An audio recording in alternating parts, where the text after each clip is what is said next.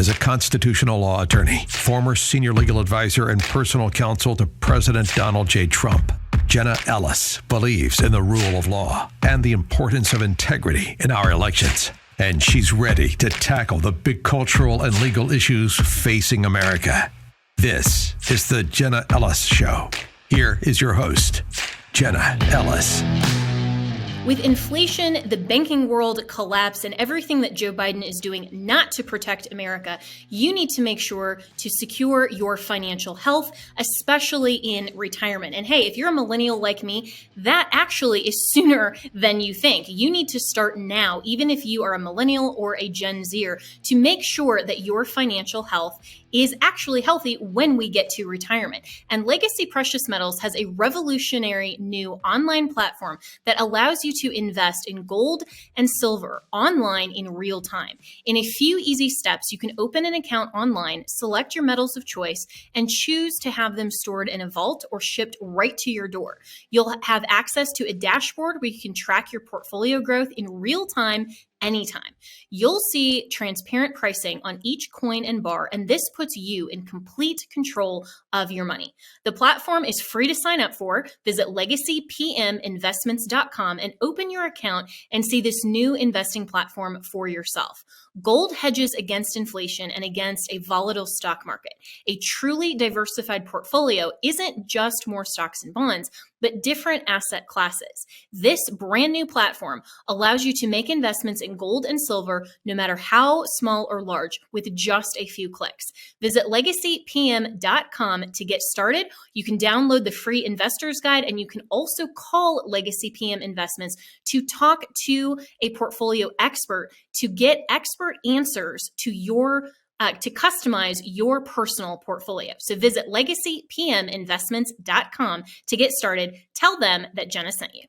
Hello, friends. Well, welcome to another episode of the Jenna Ellis Show. I'm Jenna Ellis, and today I'm in the great state of Texas and here in Dallas with my good friend, Don Huffines, who joins me. And Don, of course, ran for governor out of Texas, and I was very privileged to help work on that campaign. And now you're the president of Huffines for Liberty Foundation, the Huffines Liberty Foundation, and doing a lot of really great things here in the state of Texas. And so let's just start there, because I think a lot of conservatives are concerned about the state of our country, about what we're seeing out of Washington, what they're seeing in their own states.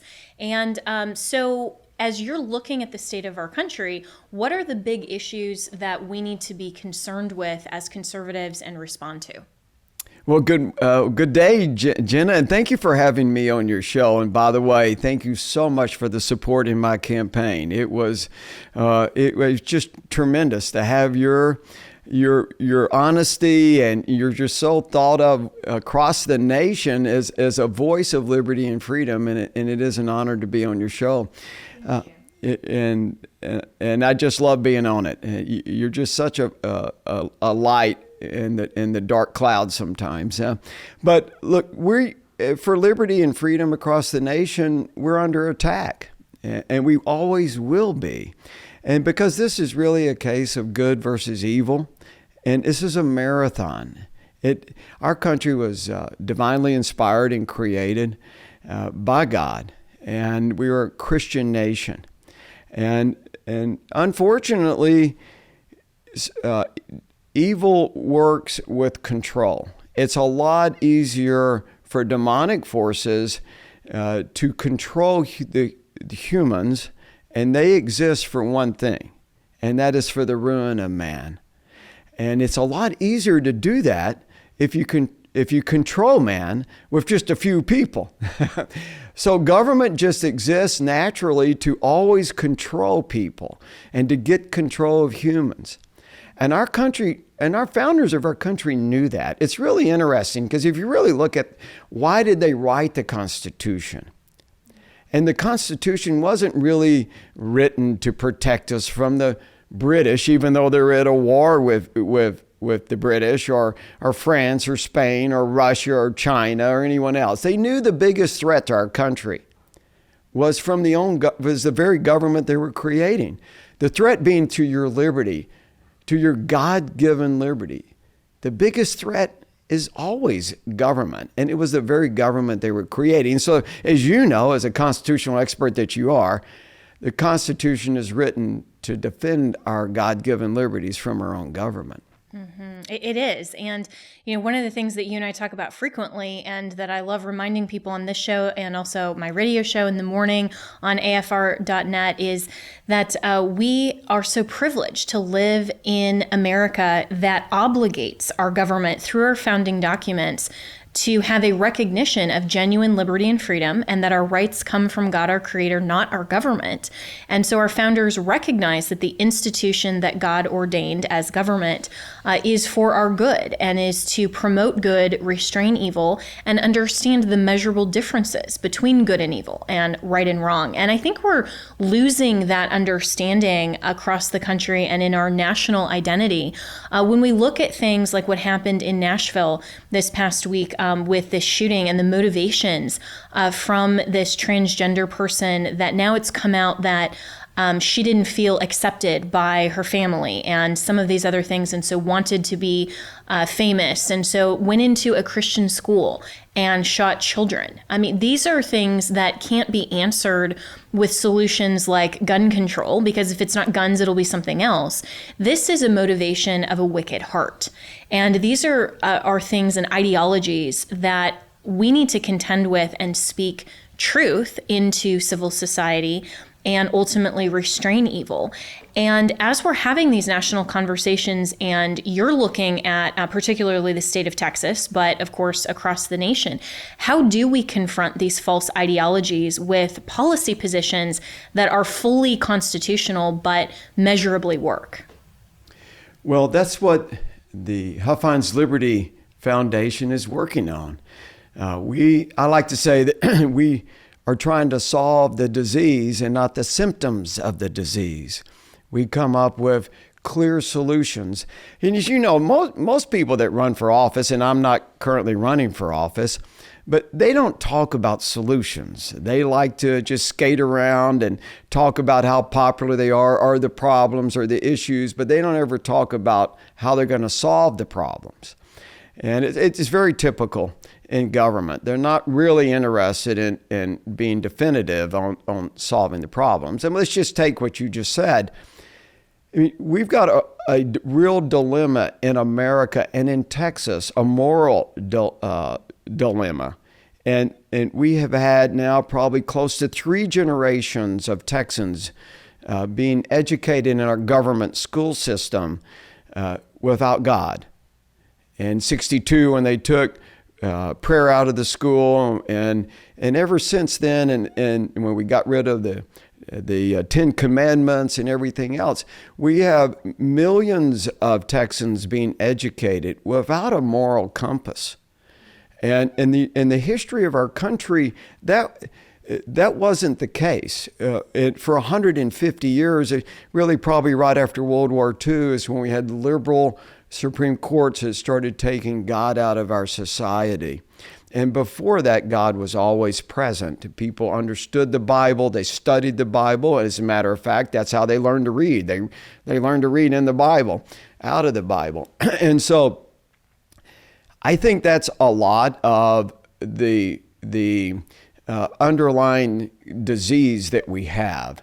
And so one way to fix that, and one thing I had proposed as a governor, is governors have incredible authority. They really have more authority than the President of the United States, because the federal government was created by the states and the state legislatures, and the state legislatures really are what is the ultimate say of what happens in this country.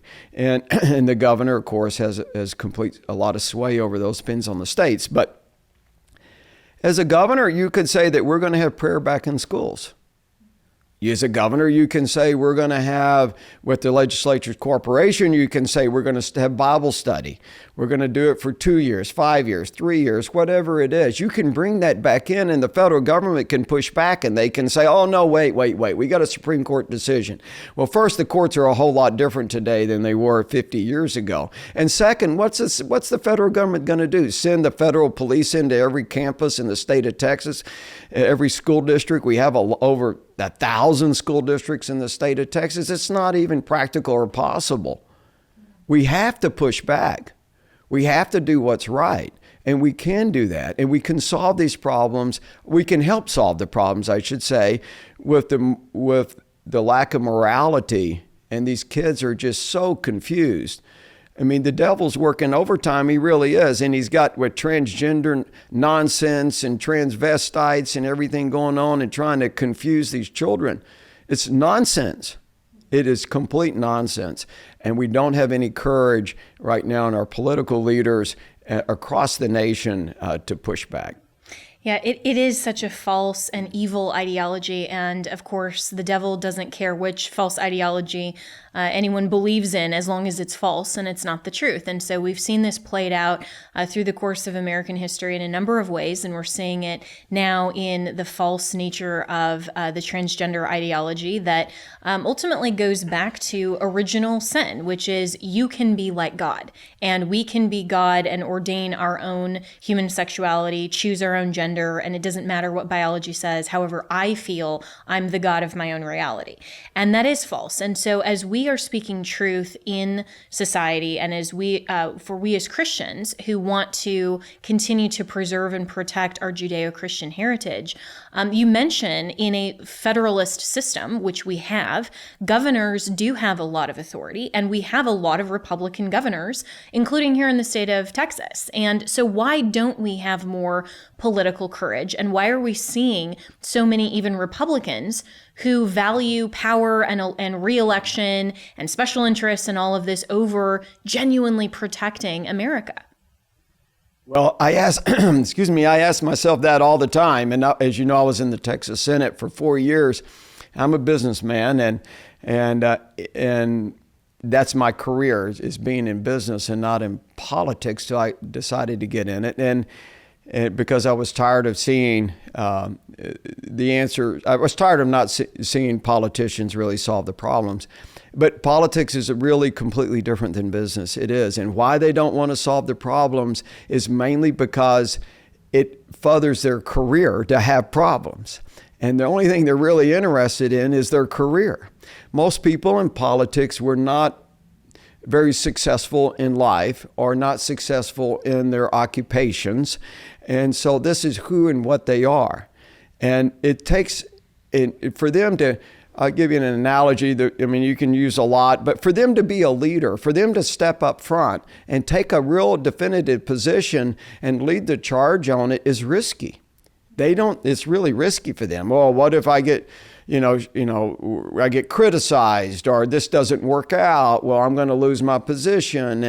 And they've got a 95% chance or whatever it is, depends their position, to getting reelected. That's why I'm a big champion of term limits. And I filed all the term limit bills in the state. And of course, I didn't even get a hearing in committee on any of them. But it's about political risk, and they don't have courage. Courage is the tip of the spear of every virtue. It's the catalyst of every virtue. And every human needs, we all struggle with not having enough courage. But in the political space, it really shows itself on a daily basis that most people are cowards in the political world. They are. They don't want to solve the problems again, and they certainly don't want to step out front of an issue. Texans in particular are so thirsty for courageous leadership. And I think it's just common sense. If any politician, people don't even always have to agree with your positions, but they really appreciate someone who's courageous to step up and say, this is what we're going to do, follow me. And whether you follow them or not, they appreciate a leader. And someone who will step up and be fearless and have strength and not have a spine that just bends over and have no backbone. And you mentioned something, Don, about the difference between politics being so different than business. And of course, we saw that with President Trump, who came in as a businessman and looked at Washington and said, this actually needs to function better. And he was met with a system that completely attacked him on all fronts because he was trying to actually get things done and have solutions.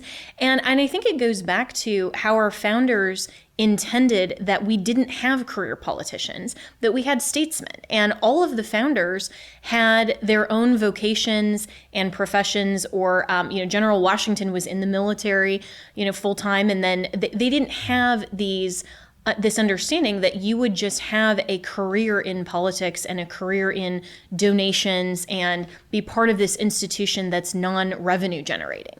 And so is there even a possibility in 2023 to come back to a system that doesn't have career politicians and would have term limits? I mean, we know that probably the career politicians aren't going to vote themselves out of a job and out of their grifting. But is there any sort of chance that we can get back to statesmen instead of politicians? Well, I sure hope so. I'd love to see that happen, Jenna. I'd love to see us enact term limits across the board. In Texas, we don't have term limits for any position, really, in the state of Texas. And we do not have initiative and referendum. So there's no process for voters to enact term limits, really. We do on city councils, but other than that, we don't, unless the legislature acts. And like I said, I filed 4 or 5 different bills. I filed constitutional amendments. I filed it any way you could do it. And this was in 2015 and 2017. I grandfathered all the existing office holders. We don't have it for statewide, for governor, or anything else. Unfortunately, I don't see it changing. I wish we did. I really do. And I'll point out on term limits how important that is, because when you have such odds of being reelected, I mean, your chances of being defeated in a primary and a general election is just very, very slim, because everything's gerrymandered to make sure in the general that there's not a competitive district set. And in the primary, the office holders, I saw it firsthand, they don't really care about the voters. They're very duplicitous, and they lie all the time, and they know they're lying. They go back to their districts and they tell you what you want to hear, ask for the money and ask for the vote. But they're not beholden to the voters, because it doesn't matter if they are or they aren't. Where they're beholden to is leadership. So it'd be in the Senate, it's to the lieutenant governor, and that state house, it's to the speaker of the house or the governor. That's what matters to them. That's who their boss is. Their political capital is getting bills done and things like that. And that's how they move up in the food chain. And their fellow members, or their club members, or their other office holders, are who they're really beholden to. It's not really the voters. Yeah. And that's what's so frustrating, I think, to so many Americans, is that we are supposed to be the recipients of a good government, and we are also supposed to be able to control our own government. And no one in this country is entitled to be an office holder. It is supposed to be we, the people, who select and prefer our leaders. But increasingly, it's just partisan politics, where the party selects who the nominees are. And one of the things that was astounding to me, and probably shouldn't have been surprising, but was actually discouraging in the aftermath of the midterms, was seeing all of these people around the country that were genuine America First patriots that said, I'm a random citizen, I have no history in politics, but I'm seeing what's going on. I'm going to step up and run for office. And they were met with, on both sides, but especially, most of them, of course, ran as Republicans, they just were confronted with the buzzsaw of the machine and from the establishment RNC. And most of them didn't get elected. And that's frustrating to me, because I was championing the fact that we had so many great people that were standing up and saying, I want to go serve my country. So how do we deal with the Uniparty and the establishment corruption that we're seeing that's from Washington and filters down into the states from the party side? I saw it firsthand in 2008 when I was a Ron Paul delegate from the state of Texas. There's just 2 of us. I also saw it in 2012 when I was another Ron Paul delegate to the national convention. To the national convention. And I was also a delegate in 16, but the party apparatus is run, like you said, by RINOs and Republicans in name only. And we almost have three parties. We have the actual Republicans, the real Republicans, and then we've got the moderate and liberal Republicans that are really Democrats. In Texas, to be elected to office, you need to have an R in front of your name. And so we have many Democrats that run with an R in front of their name so they can win. And they're always the back slappers, and you know, they're so friendly, and they go back and everybody just into their district, and they're the veterinarian in the district or the dentist or whatever, and everybody loves them. But nobody pays attention to who they really are. And they don't, and that's the biggest problem we have, is that the average voter doesn't pay attention.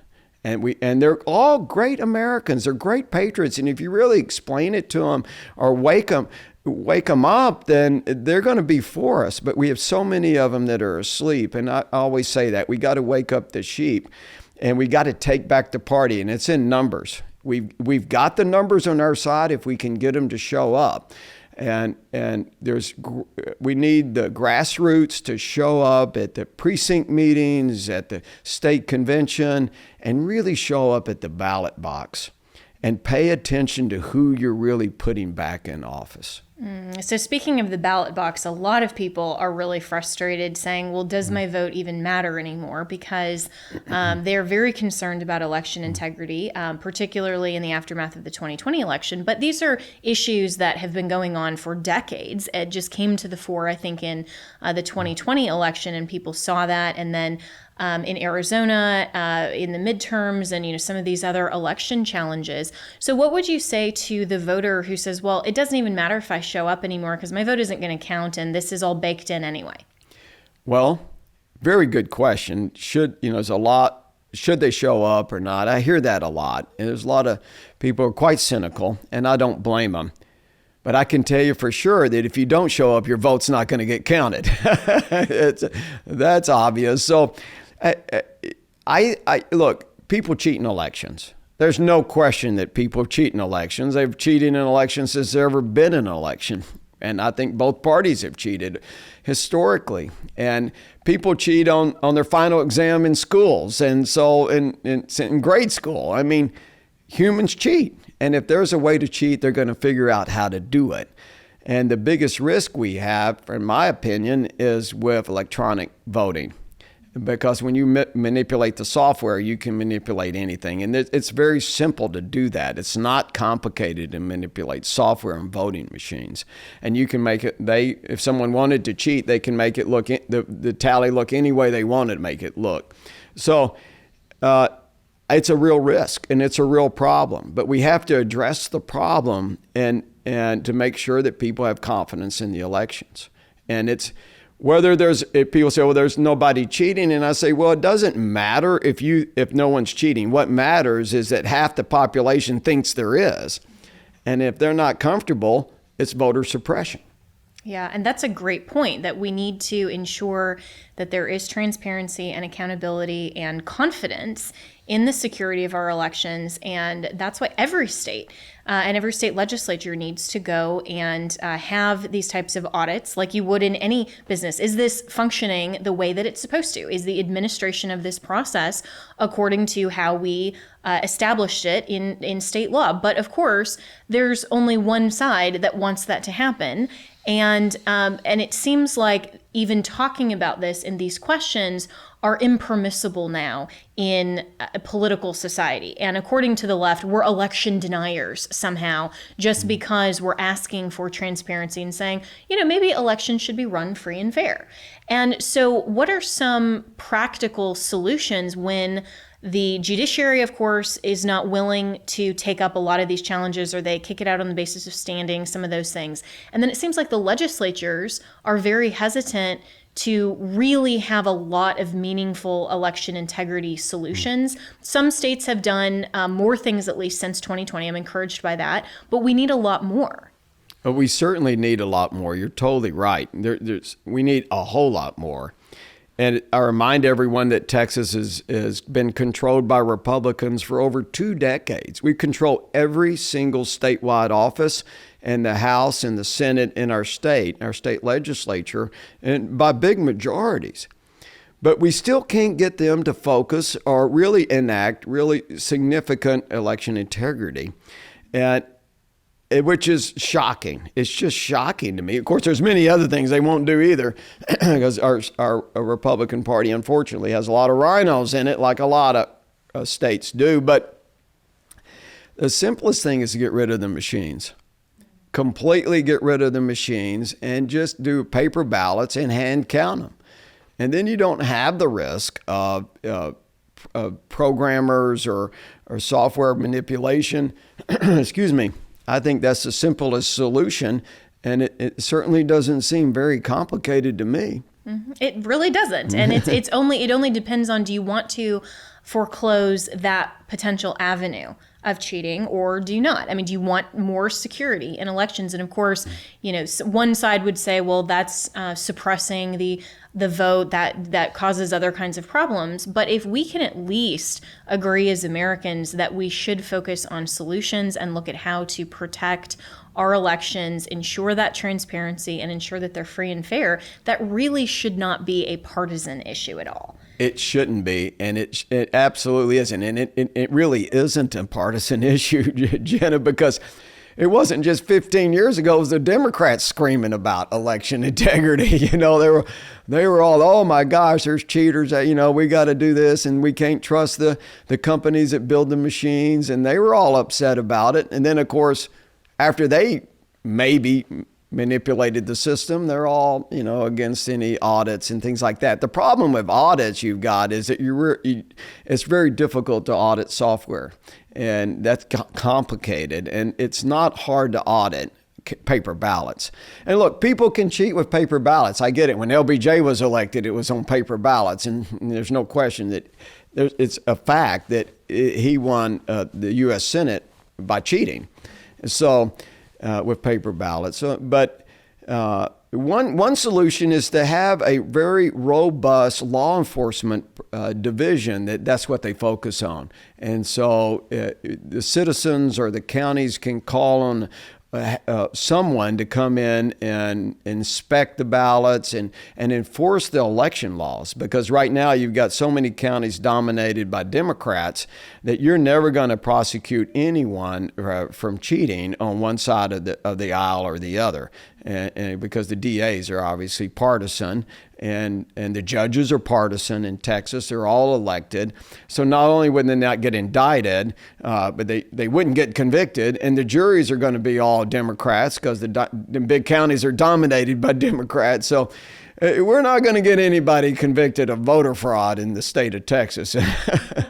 And and as you well know, I mean, a law is just a suggestion unless it's enforced, and unless there's meaningful enforcement and people who break the law understand that. And so in just the last few minutes that I have with you, Don Huffines, where do we go from here, and how are you using the Huffines Liberty Foundation to continue to amplify these policy positions that are truly Republican, not just Republican in name only? I loved that your campaign was, I'm a real Republican, and I thought that's exactly what this country needs.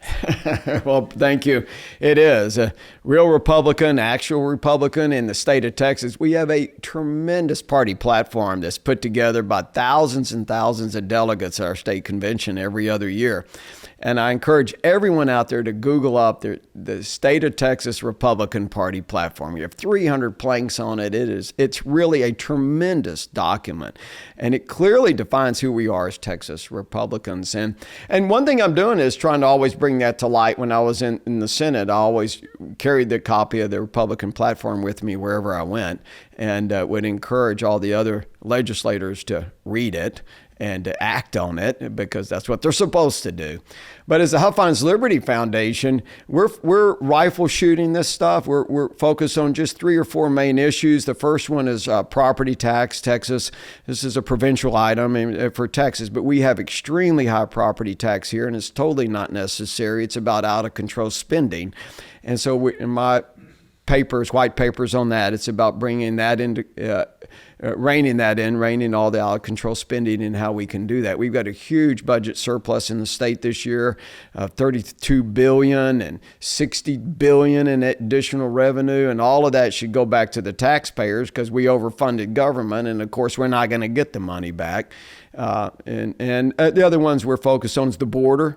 The border is huge. It's the biggest issue for Republicans, as it should be. The federal government's never secured the border. They never will secure the border. It's a waste of time getting the federal government to even think about it. The only chance we have of securing the borders with the states.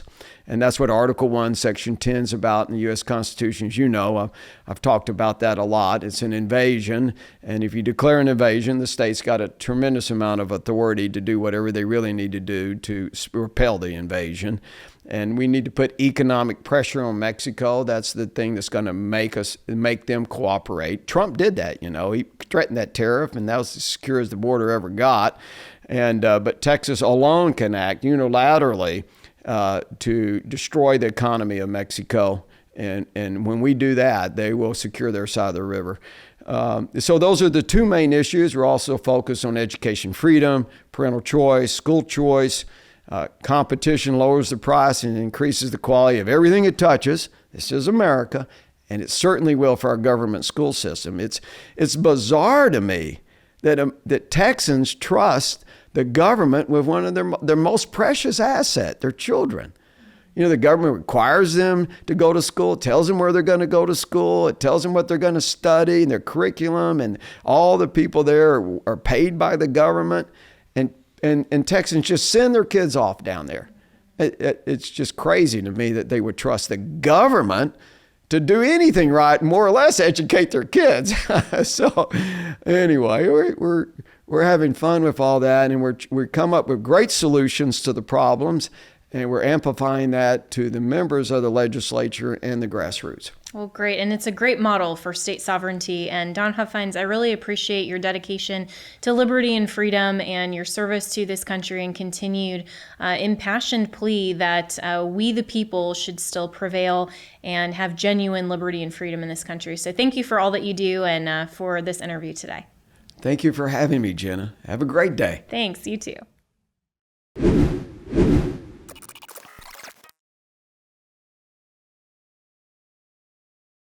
With inflation, the banking world collapse, and everything that Joe Biden is doing not to protect America, you need to make sure to secure your financial health, especially in retirement. And hey, if you're a millennial like me, that actually is sooner than you think. You need to start now, even if you are a millennial or a Gen Zer, to make sure that your financial health is actually healthy when we get to retirement. And Legacy Precious Metals has a revolutionary new online platform that allows you to invest in gold and silver online in real time. In a few easy steps, you can open an account online, select your metals of choice, and choose to have them stored in a vault or shipped right to your door.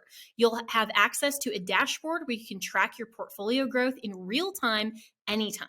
You'll see transparent pricing on each coin and bar, and this puts you in complete control of your money. The platform is free to sign up for. Visit legacypminvestments.com and open your account and see this new investing platform for yourself. Gold hedges against inflation and against a volatile stock market. A truly diversified portfolio isn't just more stocks and bonds, but different asset classes. This brand new platform allows you to make investments in gold and silver, no matter how small or large, with just a few clicks. Visit legacypm.com to get started. You can download the free investor's guide, and you can also call Legacy PM Investments to talk to a portfolio expert to get expert answers to your to customize your personal portfolio. So visit legacypminvestments.com to get started. Tell them that Jenna sent you. Have you ever picked up a towel set because it felt so soft in the store, but then when you leave and you go to use it, it's not really that absorbent? It's basically a towel that is leaving you out to dry. That's why MyPillow has developed the MyPillow towels that actually work. I know, it's totally mind-blowing. Towels that actually dry you. Their 6-piece towel set includes 2 bath towels, 2 hand towels, and 2 washcloths. They come in a variety of colors, I have the sage green and the white. I love them. And right now you can receive a 6-piece set for only $39.98 with promo code Jenna. That's JENNA. So go to mypillow.com right now and click on the radio listeners special. MyPillow products come with a 10-year warranty and have a 60-day money-back guarantee. So to receive this amazing offer on the 6-piece towel set of MyPillow towels, just go to mypillow.com, click on the radio listener special, and enter promo code Jenna, that's JENNA, or call 1-800-564-8475. That's mypillow.com, promo code Jenna.